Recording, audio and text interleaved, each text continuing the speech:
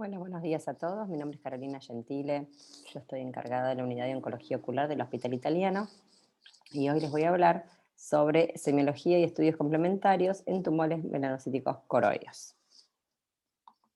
Los objetivos de esta presentación van a ser que puedan describir la clínica y el diagnóstico de los tumores melanocíticos coroides principalmente, enumerar los diagnósticos diferenciales, identificar factores pronósticos, clínicos, patológicos y citogenéticos para melanoma de coroides, puedan hacer un screening para la enfermedad metastásica y que puedan comprender los criterios de tratamiento y seguimiento. Como para empezar a clasificar, sabemos que los tumores melanocíticos pueden ser uveales, ya sea anteriores, iris, cuerpo ciliar, o posteriores como coroides, o pueden ser tumores melanocíticos del epitelio pigmentario. Bueno, en esta clase los que nos vamos a referir va a ser a los tumores uveales posteriores, por ejemplo, nevus coroideo o melanoma coroideo. En cuanto a las nevus, representan aproximadamente el 6,5% de la población. En general son lesiones, como ustedes pueden ver ahí, pigmentadas, a veces como un amarronado ligeramente verdoso. Es una lesión intraocular que predomina sobre todo en raza caucásica. En general pueden tener muchas características desde lesiones bastante pequeñas, a veces uno es frecuente medirla en cuanto a diámetros papilares, es decir, un diámetro papilar, 2 diámetros papilares, como para tener una idea cuando uno realiza el fondo de ojos. Y algunas, obviamente, más allá de la documentación, requieren algunos estudios complementarios. ¿Sí? Es importante documentar estas lesiones porque muchas veces pueden ser lesiones totalmente benignas y a veces son lesiones sospechosas de malignidad bueno, es importante realizar un seguimiento para hacer un diagnóstico precoz en el caso de que sea, por ejemplo, un melanoma coroideo pequeño. Los nevus, muchas veces cuando tienen estas características, es decir, este halo hipopigmentado, de alteración del epitelio pigmentario o drusas en la superficie, nos habla de que son lesiones generalmente que llevan, digamos, con cierta cronicidad y nos habla de signos de benignidad. Más allá de la documentación periódica que uno realiza, por ejemplo, con una radiografía color, en algunos casos se realiza una ecografía también para un seguimiento, y lo que se puede ver en la ecografía son una rectificación del perfil posterior con una lesión con aumento de reflectividad. Generalmente en este caso es bastante plana, pero muchas veces cuando tienen cierto espesor se puede ver con una forma de domo. Para los nevus que se encuentran a nivel posterior, es importante realizar un estudio de OCT, o mejor dicho, de EDI-OCT, donde uno visualiza mejor la coroides, y lo que se va a ver es una lesión en forma de domo, ¿sí? Generalmente puede tener la topografía lisa en la superficie, o a veces puede cursar con degeneraciones crónicas del epitelio pigmentario, de los fotorreceptores. Tiene una alta reflectividad en su parte más interna y una sombra óptica posterior que va a depender un poco del grado de pigmentación. Y la coriocapilares en general va a estar adelgazada. También, todo esto nos sirve para documentar y, por ejemplo, después vamos a ver para descartar algún signo o un factor de riesgo de crecimiento, que es el líquido subretinal, y con los CT eso se vería perfectamente. Entonces, cuando nosotros tenemos lesiones pigmentadas pequeñas, ¿sí? Lo importante a tener en cuenta es, ¿estamos ante la presencia de un nevus o de un melanoma? Muchas veces son lesiones pequeñas, pero pueden, digamos, crecer, desarrollarse y en este caso ser un melanoma pequeño. Entonces es muy importante identificar los factores de riesgo de progresión para saber si estamos ante la presencia de una lesión indeterminada, de un nevus o de un melanoma. El melanoma representa el 5% de todos los melanomas. Es un tumor intraocular maligno, primario, más frecuente en el adulto. El diagnóstico precoz está asociado con un mejor pronóstico, ya sea local y sistémico. La mayoría de los melanomas oculares en general tienen su origen a nivel uveal, sobre todo coroideo. Teniendo en cuenta los factores del huésped más significativos, se observó que el melanoma predomina en los pacientes de raza blanca, ¿sí? Sobre todo los que tienen piel clara, pelo rubio, ojos claros, son factores a tener en cuenta. Y otro de los factores a considerar, ¿sí? Muchas veces es, no siempre, pero a veces puede haber un componente familiar en algunos casos. Sobre todo los que tienen, por ejemplo, el síndrome de VAP1, que es una alteración que después vamos a evaluar, pero esos son los menos. Generalmente, se ve sobre todo en pacientes con fenotipo claro, como podemos ver en la imagen. También hay factores relacionados, que es, como ustedes pueden ver acá en esta imagen, que es la melanocitosis ocular o oculodérmica. Fíjense la pigmentación que tiene acá esta paciente, ¿sí? Una pigmentación periocular asociada también con pigmentación más bien profunda a nivel ocular o epiescleral. Bueno, cuando presentan esta característica tienen más riesgo, 1 en 400, de presentar un melanoma coroideo, y si lo presentan tienen más riesgo de desarrollar metástasis. Entonces, ¿cuál es la clínica del melanoma? Bueno, la clínica va a depender un poco del tamaño de la lesión, si son lesiones más pequeñas o si son lesiones más grandes, y la localización. En general, fíjense, es un color amarronado verdoso, muchas veces acompañado de líquido subretinal o desprendimiento de retina en las laderas. A veces pueden ser pigmentados o pueden ser mixtos o amelanóticos, sobre todo en este caso ha roto la membrana de Bruch, entonces puede tener distinta coloración. Muchas veces están, muy cercano a la papila, al área macular. A veces se acompañan con pigmento naranja, que son depósitos de lipofucsina, y que después vamos a evaluar que son factores a tener en cuenta. Estas otras imágenes clínicas. Esto es un melanoma que estaba bien anterior, era bastante grande, por eso podemos ver la sombra, pero a veces los anteriores, los más cerca los más periféricos, se pueden, diagnosticar un poquito más tardío. Esto es un polo posterior, también una lesión más mixta, y lo mismo que este caso, que ya había roto la membrana de Bruch. La clínica y la ecografía, sobre todo en melanomas medianos, uno llega al diagnóstico en más del 95% de los casos. Pero a veces las lesiones pequeñas son las que pueden generar ciertas dudas. En la ecografía, fíjense, ahora vamos a ver un poquito más en detalle, pero acá podemos ver una lesión en forma de domo, con desprendimiento de retina en las laderas, presenta excavación coroidea, que es esta muesca que podemos ver acá, y generalmente si uno evalúa la reflectividad comparando la lesión con la órbita, vemos que la lesión es de más baja reflectividad. Esto lo vamos a ver igual siempre con la ecografía y sobre todo también con el modo estandarizado para ver tumores. Entonces, la ecografía, ¿para qué nos ayuda? Va a ser útil para el diagnóstico diferencial entre los tumores intraoculares, nos va a ayudar a medir la base y la altura, nos va a ayudar a descartar la invasión escleral y la extensión a nivel de la órbita, nos ayuda en el tratamiento para ver la posición de la placa y sobre todo el seguimiento para ver la efectividad del tratamiento en el caso de que se haya realizado una braquiterapia. Acá les voy a mostrar estos ejemplos, fíjense.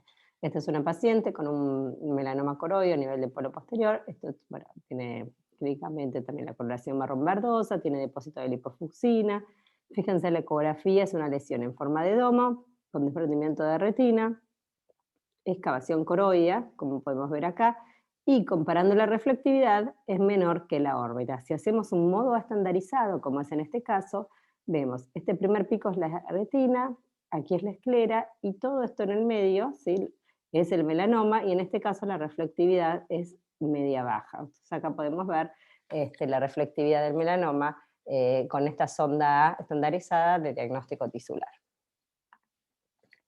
Fíjense ahora otros ejemplos de ecografía, es un tumor un poquito más grande, ¿sí?, también con desprendimiento de retina, y acá, fíjense la pared, esta es una sonda de 20, que se ve en más detalle la parte del polo posterior de pared, fíjense que acá hay cierta muesca en esta pared. Bueno, este paciente a raíz de esto directamente le programamos una nucleación y se vio por anatomía patológica que la pared en ese caso también estaba comprometida. O sea, fíjense cómo la ecografía nos ayuda también para ello y para programar el tratamiento.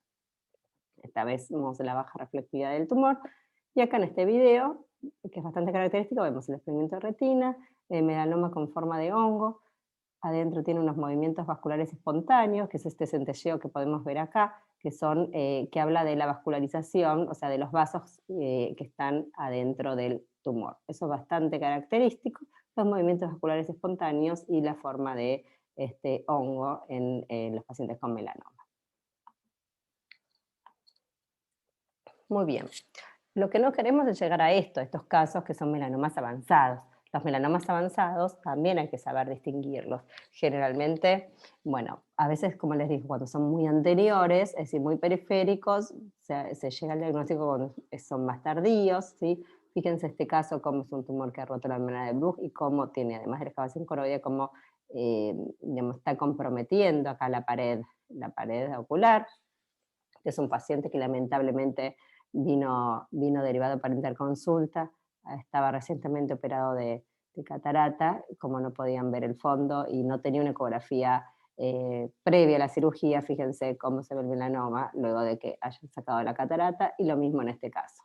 Y estos son los vasos centinela o vasos epiculares que muchas veces digamos, como marcan el sitio donde está el tumor. Entonces, la idea es no llegar a estos casos tan avanzados, la idea es hacer un tratamiento precoz y obviamente, digamos, si uno no puede visualizar un fondo de ojos previo a cualquier intervención o digamos, catarata o lo que sea, sí es fundamental poder hacer una ecografía ocular para evaluar, digamos, o pesquisar la presencia de alguna masa intraocular.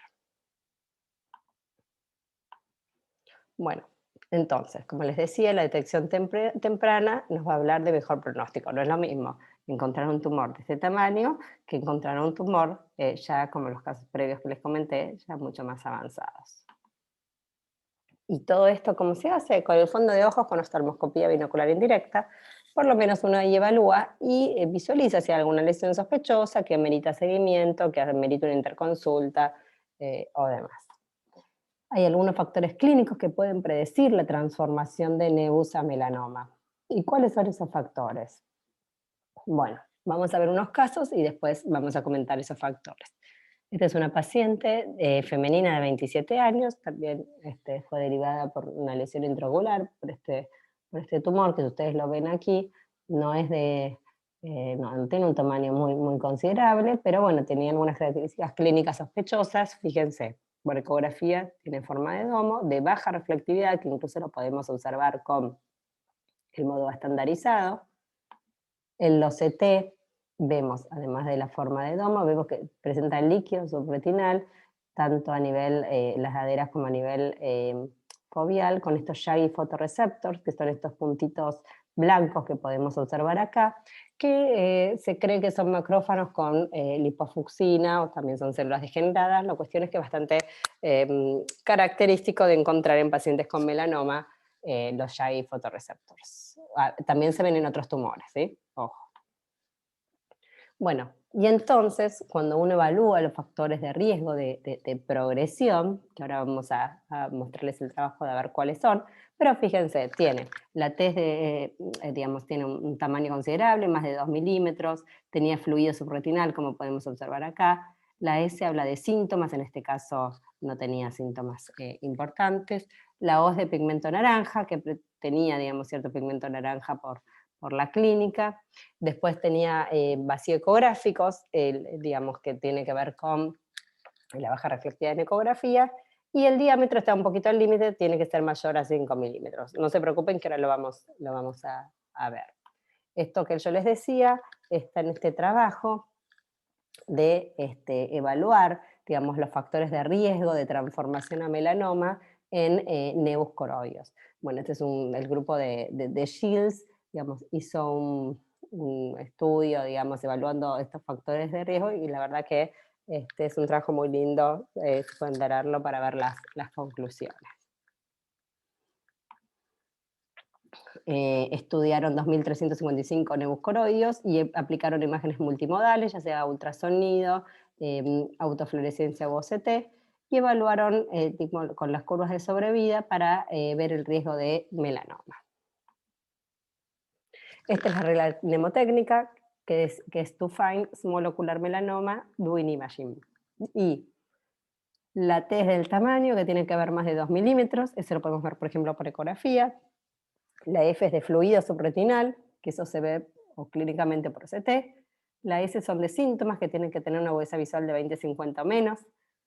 La O de pigmento naranja, que se ve con la autofluorescencia. La M es de melanoma hollow, es decir, de la baja reflectividad por melanoma, que eso se ve con la ecografía fundamentalmente. Y la D de diámetro, que debe ser mayor a 5 milímetros, que eso muchas veces, además de la ecografía, lo importante es ver la fotografía, es decir, con una retinografía color.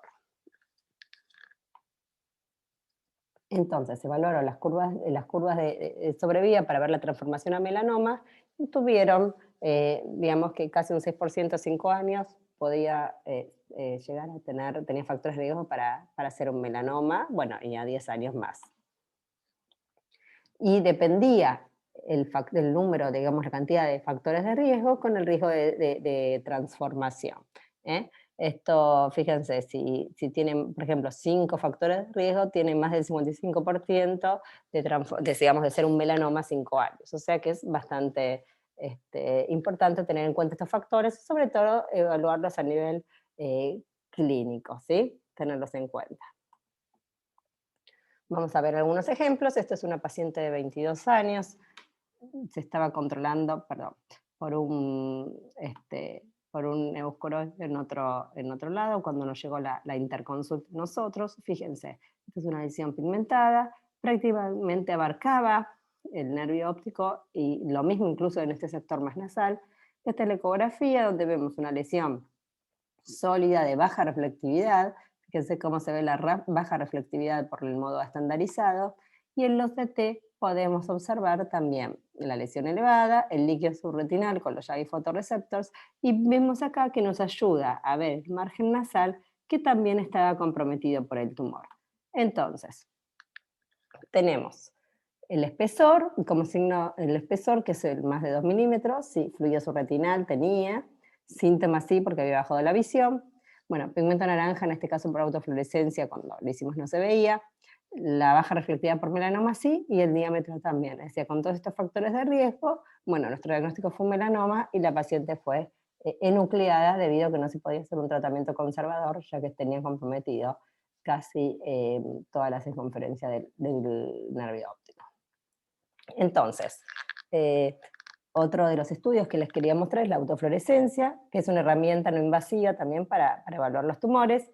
Es importante ver si es hipoautofluorescencia o hiperautofluorescencia. Lo que descartamos, sobre todo en tumores, lo que queremos ver es la presencia de lipofucsina, y eso a veces, cuando no se ve muy bien clínicamente, se ve mucho mejor con la autofluorescencia, ¿sí? Bueno, y también por los bueno, vemos el líquido subretinal y los fotorreceptores, estas flechas amarillas o peludos de Yagi fotorreceptor, que es lo que les comentaba previamente. Bueno, ahí está, ese es otro ejemplo. A veces el líquido subretinal no está inmediatamente al lado del tumor, sino está alejado del área macular, y eso es muy importante cuando tenemos, por ejemplo, una alteración macular, un desprendimiento de retina ciceroso, buscar en periferia por la presencia de algún tumor. Bueno, son otros ejemplos, ¿sí? Digamos, de los Yagi photoreceptors, del desprendimiento de retina. Bueno, y les quería mostrar, si bien digamos, ayuda, puede complementar el diagnóstico, los estudios en general, la angiografía fluoresceínica, que bueno, se utiliza con mucho más antes, por ejemplo, antes del advenimiento del OCT, pero sin embargo nos ayuda para evaluar algunos diagnósticos diferenciales. El melanoma lo que tiene es un patrón de doble circulación, que es lo que se ve son los melanomas coroides, que generalmente rompen la membrana de Bruch. Se ven los vasos anormales adentro del tumor, y Otra de las cosas que se ve son los pinpoints, que es decir, que son puntos filtrantes con microdesprendimientos del epitelio pigmentario, que muchas veces tienen también tardíamente. Es decir, el melanoma, lo que podemos observar es que tiene un bloqueo precoz, unos vasos intrínsecos con microdesprendimientos del epitelio pigmentario y filtración tardía. Y acá, para mostrarles que para los melanomas pequeños, obviamente, más allá de la clínica y la ecografía, es fundamental o ayuda mucho el diagnóstico el, el OCT y el EDI-OCT para ver, por ejemplo, líquido subretinal o la autofluorescencia para muchas veces ver algún depósito de lipofucsinas muy sutil que cuesta ver clínicamente. Sí, un dato no menor a tener en cuenta, que en general en oncología nosotros evaluamos mucho lo que es la imagen clínica color, es decir, a veces los estudios multicolor confunden un poco porque cambian la coloración de las lesiones y en oncología es fundamental ver cuáles son las características, cuál es la forma, cuál es el color, como para poder llegar a un diagnóstico o una sospecha diagnóstica y luego pedir algunos estudios complementarios, ¿sí? Entonces, esto es para que recuerden las imágenes multimodales. La clínica con la ecografía, estos dos, y el modo B, bueno, y si uno tiene obviamente la estandarizado mejor, esto es fundamental. Obviamente un examen oftalmológico completo de agudeza visual, ver autofluorescencia, en este caso, bueno, decimos la autofluorescencia, pero clínicamente era muy evidente la presencia de lipofucsina, y el OCT para evaluar más que nada la presencia de líquido subretinal. Bueno, ¿y cuáles son los diagnósticos diferenciales? Principalmente, como podemos ver en este estudio publicado por Shields ya hace un tiempo, vemos que la mayoría, o sea, el diagnóstico principal de diferenciales son los neuscoroides. Como les comenté antes, pesquisar si estamos en la presencia de un neus, una lesión indeterminada o, bueno, o un melanoma pequeño. Después el desprendimiento en general, los desprendimientos coroides hemorrágicos, las coroirretinopatías periféricas exudativas, que ahora vamos a ver qué son. Bueno, alteraciones del epitelio pigmentario, como hiperplasias congénitas del epitelio pigmentario, u otros tumores como metástasis, bueno, angiomas, melanocitomas, etc. Bueno, entonces, estos son algunos de los diagnósticos diferenciales. Podemos ver desde un neuscoroideo, que es muy importante el seguimiento. Este es una paciente que tenía una metástasis por un carcinoma gastrointestinal. Generalmente las metástasis son lesiones más amarillentas, con abundante digamos, desprendimiento exudativo, y en general no tienden a ser con tanto espesor, o sea, no tienden a ser tan elevadas, por ejemplo, en el caso de algunos melanomas. A veces hemorragias periféricas o lesiones coriorretinopatías exudativas periféricas, como se llaman, son como neovascularizaciones periféricas, y esto puede confundir el diagnóstico. Bueno, hemangiomas coroideos, hemangiomas coroideos son lesiones, digamos, que generalmente se encuentran en polo posterior y son más bien más anaranjadas.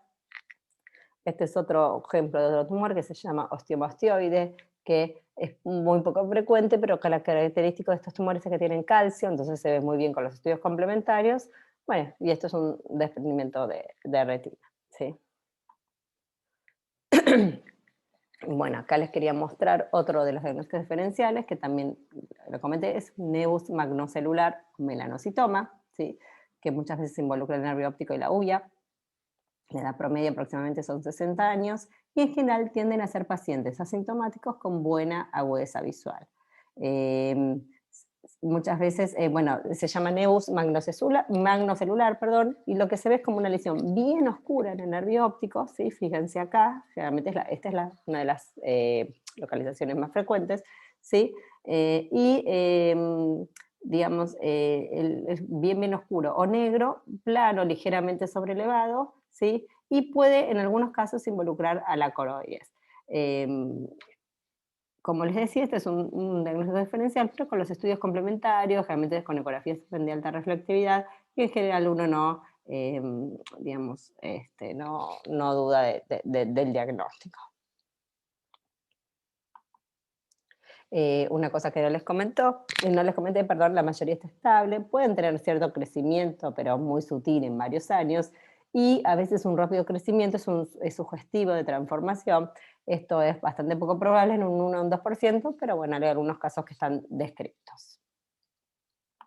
Otro de los diagnósticos diferenciales son las metástasis coroides. Estas son lesiones, como les comenté, más amarillentas, con bastante líquido subretinal, exudativo, son lesiones irregulares, fíjense, la ecografía es una lesión irregular coroidea, ¿sí? Con desprendimiento de retina exudativo, ¿sí? No, no es que tiene una forma de domo de hongo, sino es más irregular, ¿ven? Y y pueden tener extensión extraocular, como podemos ver acá en este caso. Entonces, una paciente que tenía una metástasis de cáncer de pulmón.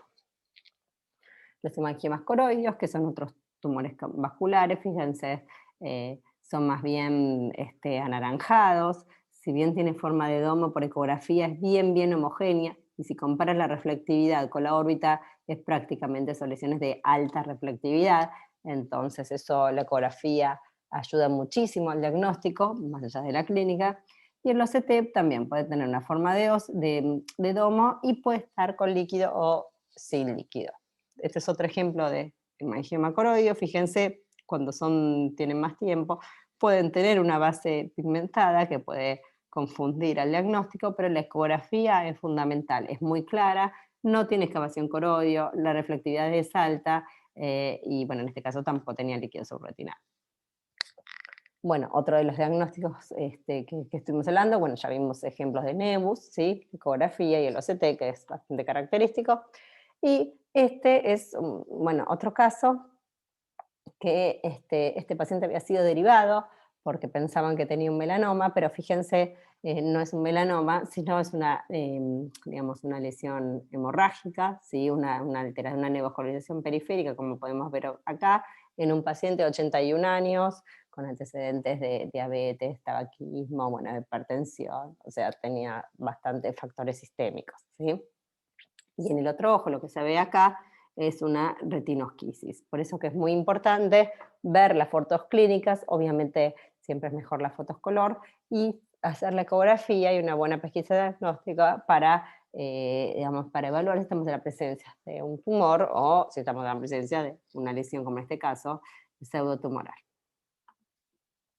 Le hicimos la ecografía y el ojo derecho vemos la retinosquisis, y en el otro ojo, esto lo hicimos con el seguimiento, es una lesión que prácticamente la reflectividad es igual a la de la órbita, no tenía líquido, no tenía movimientos vasculares, no tenía excavación coroidea. Bueno, simplemente lo que hicimos fue seguirla en el tiempo y vemos cómo generalmente la lesión incluso después se ve cada vez mejor en el fondo de ojos y estuvo siempre estable.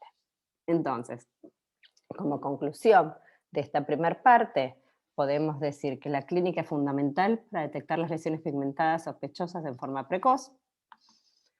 Es fundamental una documentación en los NEUs, por ejemplo, hacer los seguimientos, o sea, citar a los pacientes, comentarles que tienen eso y hacer una documentación con una fotocolor. Digamos, no hace falta pedir demasiados estudios, pero sí una fotocolor como para tener algo visual en que comparar, ¿sí? Y obviamente, a medida que vaya apareciendo algún factor de riesgo o quieran documentar de otra forma, bueno, pueden hacer estudios, obviamente, por imágenes multimodales, que es de muchísima utilidad para el seguimiento y para evaluar estos factores de riesgo de transformación que les comenté anteriormente. Bueno, un examen completo, ¿sí? En cualquier patología oftalmológica, fundamental, digamos, evaluando también antecedentes. Y, bueno, las imágenes multimodales, como les expliqué, para detección de melanomas pequeños, el estudio sistémico para descartar metástasis antes del tratamiento, esto lo vamos a ver después, y bueno, siempre el seguimiento oncológico, el seguimiento clínico de los pacientes, por ejemplo, con lesiones, con nebus atípicos o con lesiones sospechosas, bueno, siempre hacer un seguimiento oncológico y observarlos en forma periódica. Siempre es necesario sospechar las lesiones como para poder hacer, digamos, y conocer como para poder hacer un seguimiento, digamos, y un control y una derivación adecuada en el momento necesario. La idea es no llegar a esos tumores grandes, digamos, que les mostré previamente, sino pesquisar las lesiones cuando son más pequeñas. Bueno, muy bien. Entonces, ahora lo que vamos a ver es la conducta terapéutica en melanoma de coroides. ¿Mm? Vamos a ver la otra. Bueno, muy bien. Seguimos con la conducta terapéutica en melanoma de coroides. Entonces, como le comenté, ya tenemos la sospecha diagnóstica, tenemos un tumor melanocítico, pigmentado, coroideo, compatible, con sospecha de melanoma coroideo, que, bueno, le vamos a hacer un tratamiento adecuado. Ya con esto lo que tenemos que hacer es primero pesquisar si el paciente presenta metástasis a distancia. En general, al momento del diagnóstico, es menos del 1% de los pacientes presentan metástasis, pero obviamente igual es necesario hacer un screening general. Desde un laboratorio, de una ecografía hepática, si esta es positiva, una tomografía o resonancia, y una interconsulta o un manejo también clínico. ¿Por qué hablo mucho del hígado? Porque la mayoría de las metástasis comprometen el hígado, o solo el hígado, o muchas veces combinando hígado con otra lesión, o como otro órgano, perdón, como pulmón, hueso, etc.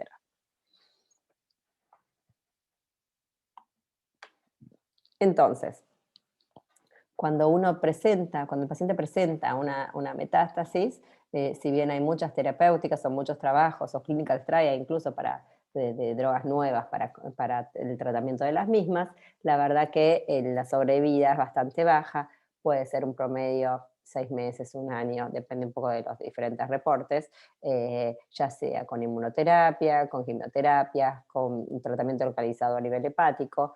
La verdad que el pronóstico es pobre. A veces, para mejorar la sobrevida, si son lesiones únicas, se puede hacer una cirugía hepática digamos, una quimio más localizada ahí, pero bueno, incluso puede mejorar un poco más la sobrevida, pero la verdad, como les decía, el pronóstico no es bueno.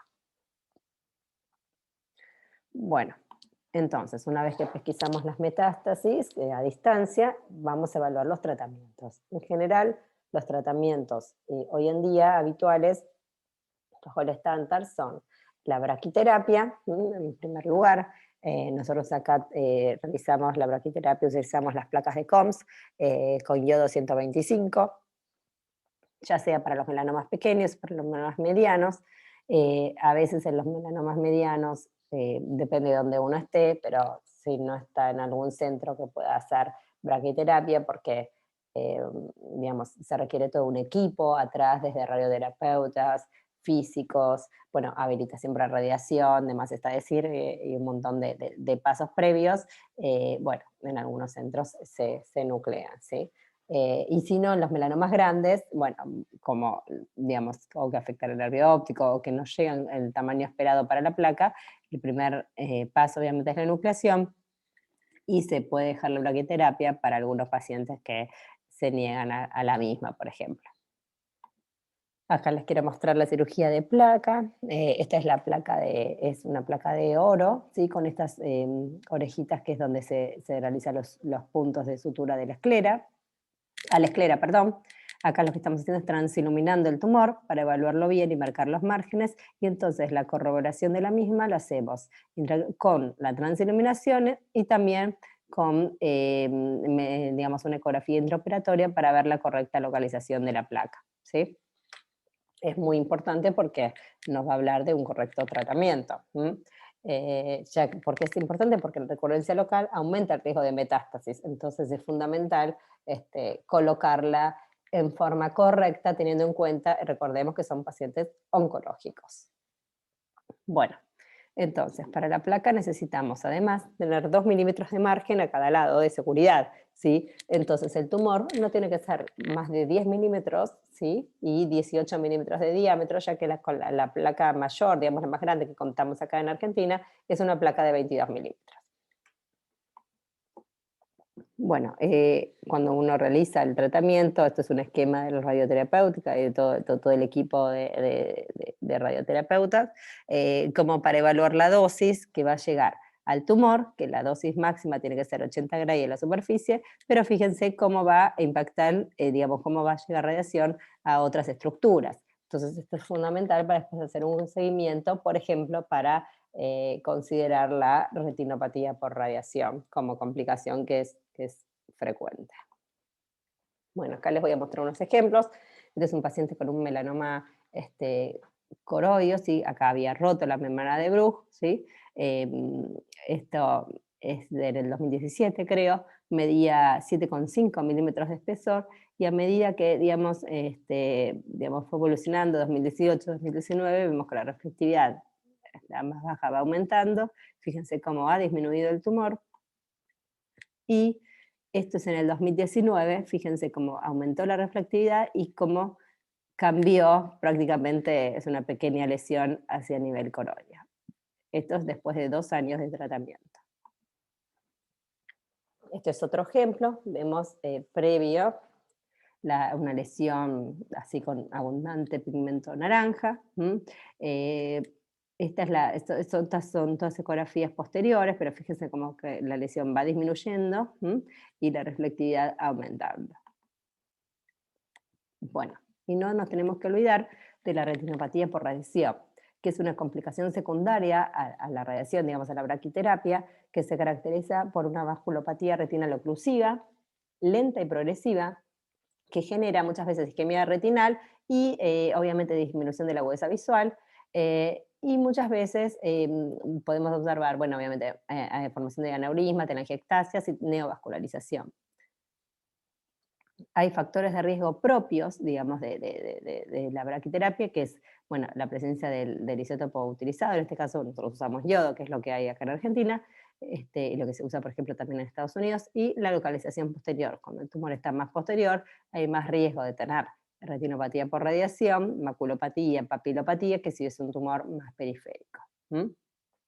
Bueno, eh, después hay factores de riesgo sistémicos reportados, que incluyen, por ejemplo, si el paciente es diabético, o sea, una diabetes persistente, una hipertensión arterial, tratamiento con quimioterapia o las zonas extensas de radiación. Y recordemos además la localización posterior del tumor, como le mencioné antes, y sobre todo los tamaños. Si es un tumor más grande, digamos, de mayor tamaño basal o más espesor, o incluso, por ejemplo, que ha roto la membrana de Bruch, tiene más riesgo que otros tumores más pequeños, ¿sí? Bueno, para esto hay múltiples trabajos, digamos, y se evalúan tratamientos. A veces los trabajos fueron más retrospectivos, entonces, eh, digamos, hoy en día se están haciendo algunos trabajos prospectivos, y sobre todo está en conducción, esto es muy reciente, un clinical trial para evaluar las diferentes opciones terapéuticas. Sobre todo lo que más se usa son los antiangiogénicos intravitreos, a veces también el corticoide intravitrio, ¿sí? Y en algunos casos fotocoagulación periférica o panfotocoagulación. Bueno, esto es para mostrarles que hay múltiples trabajos y, bueno, la idea es, digamos, tratar de prevenir la retinopatía y la disminución de la agudeza visual. Bueno, y el otro tratamiento que les hablé es la enucleación, que los dejamos para estos casos, como les comenté antes, son casos muy avanzados, ¿sí? Donde o está comprometida la pared, o está comprometido el nervio óptico, o fíjense que prácticamente ocupa toda la cavidad vítrea, ¿sí? O tiene una extensión extraocular. Lo mismo que acá, esta es una paciente que tenía melanoma y tenía este punto acá de baja reflectividad, es una extensión extraocular, ¿sí? Entonces, en estos casos, o como acá el compromiso de pared, todos estos son candidatos a enucleación. Muy bien, ¿y cuál es el pronóstico? Sabemos que si bien se han mejorado muchísimo las técnicas, ya sea terapéuticas o técnicas de evaluación de todo digamos, de las alteraciones genéticas propias del melanoma, lamentablemente la sobrevida en mucho tiempo no ha cambiado. Los pacientes se mueren por melanoma, porque es un tumor maligno, y esto es porque se sabe que hay micrometástasis previo al diagnóstico, y a veces no hay terapias efectivas para el tratamiento de esta enfermedad, avanzada.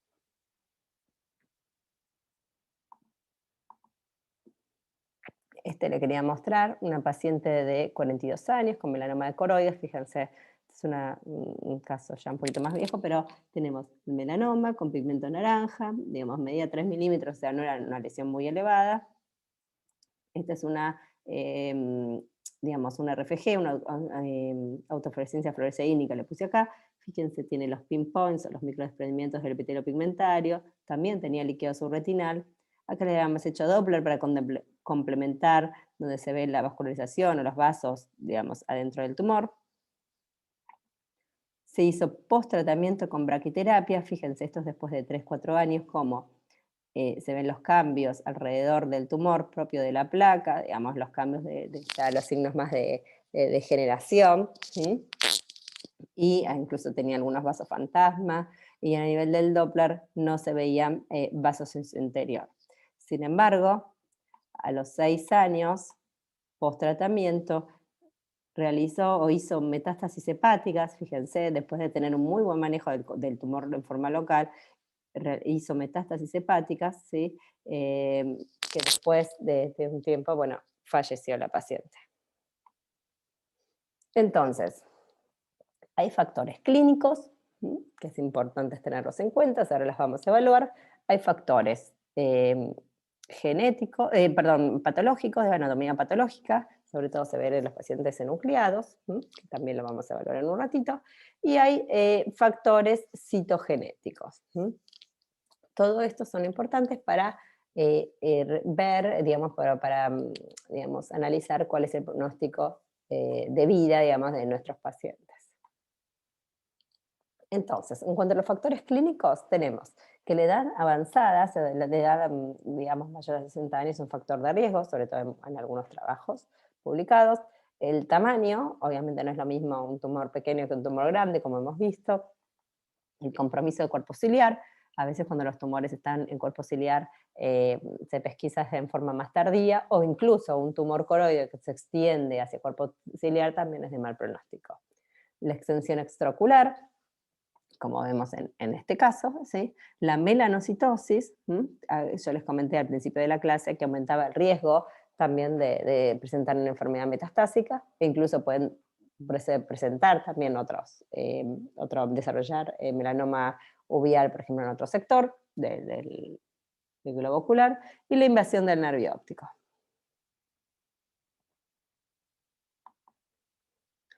Esto simplemente es para comentarles que hoy en día todos los tumores se clasifican en estadios. Este es el TNM, que es la 8ª edición, que es la última edición de la American Joint Committee on Cancer, que la clasificación del melanoma habla que es predictora para el pronóstico de los pacientes, y fíjense, sobre todo, uno tiene en cuenta el espesor, el diámetro, y a medida que va aumentando, digamos, los tamaños, pasamos de un T1, un T2, T3, un T4. Después uno analiza el compromiso de cuerpo ciliar, la extensión extraocular y algunos otros parámetros y los clasifica en estadios.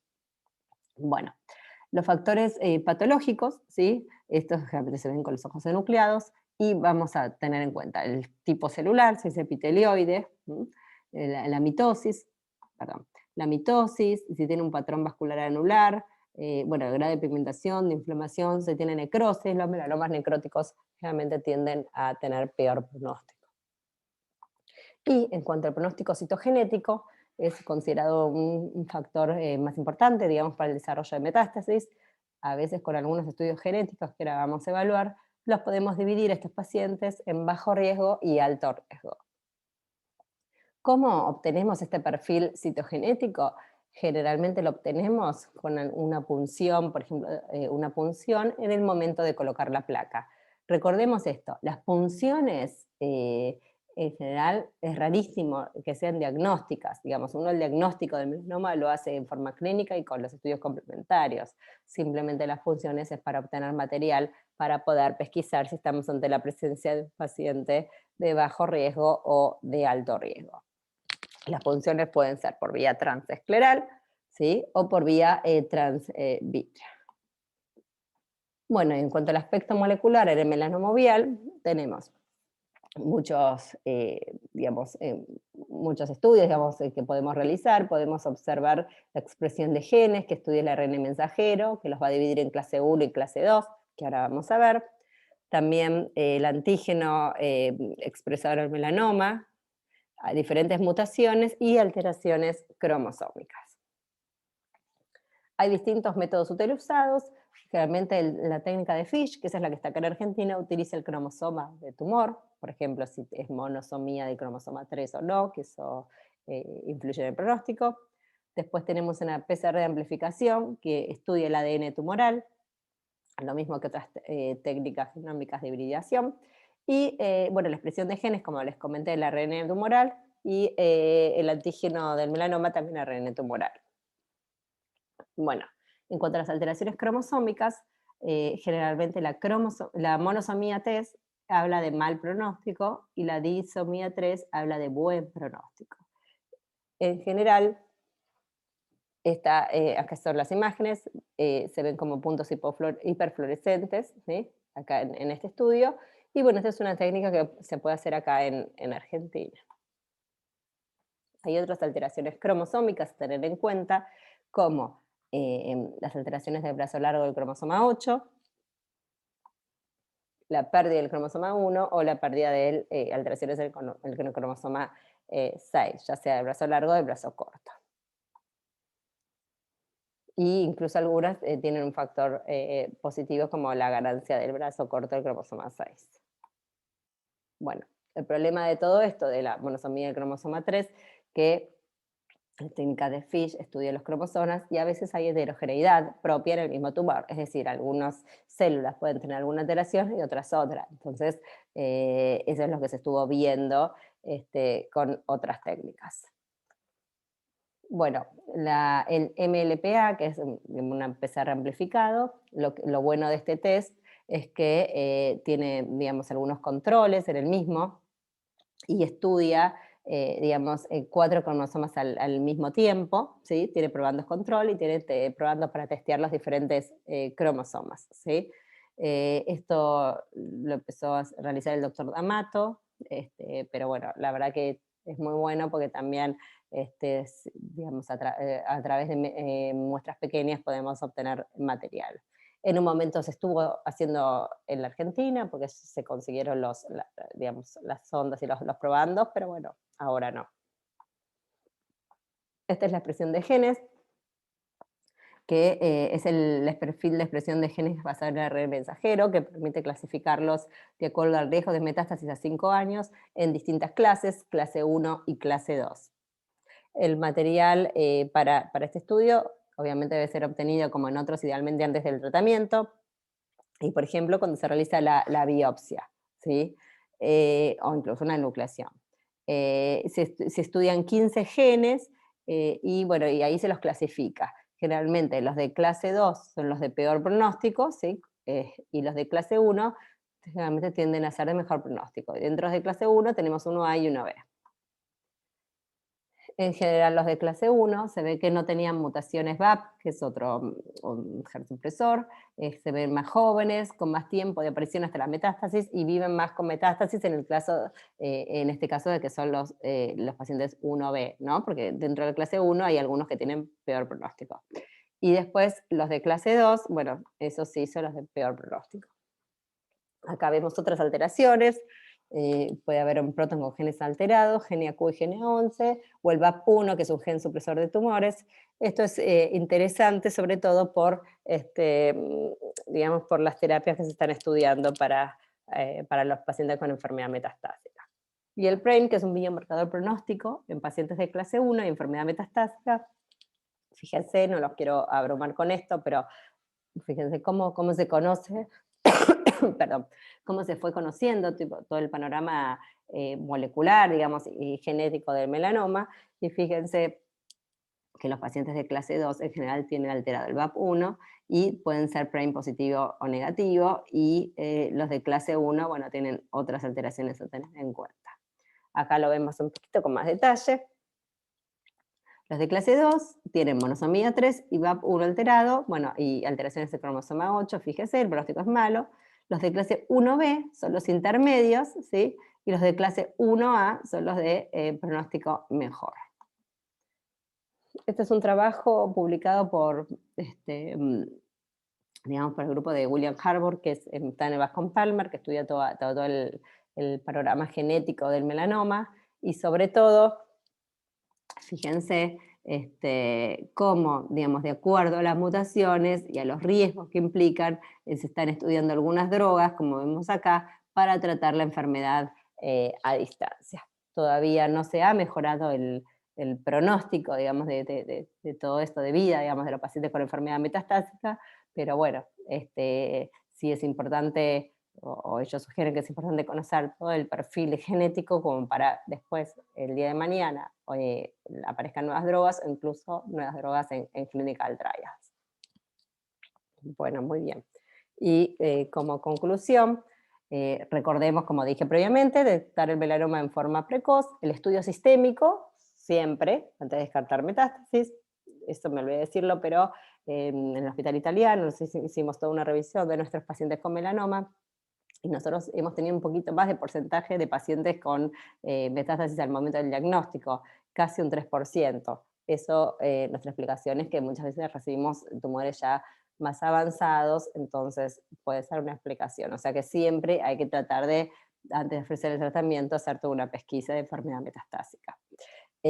Bueno, entonces, los pacientes de alto riesgo, incluso alto riesgo clínico, porque acá en Argentina a veces es complicado hacer el estudio genético, pero entonces hacer un seguimiento, ¿sí?, estricto, periódico sobre la enfermedad metastásica, siempre en conjunto con un oncólogo clínico. A veces la detección temprana de metástasis, sobre todo si son metástasis única, permite una rápida intervención. Y bueno, recordemos que hay terapias target, que hay varios clínicas trial, y bueno, veremos en un futuro tratar de prevenir o retrasar el surgimiento de estas micrometástasis. Bueno, muchas gracias y bueno, que tengan buenos días.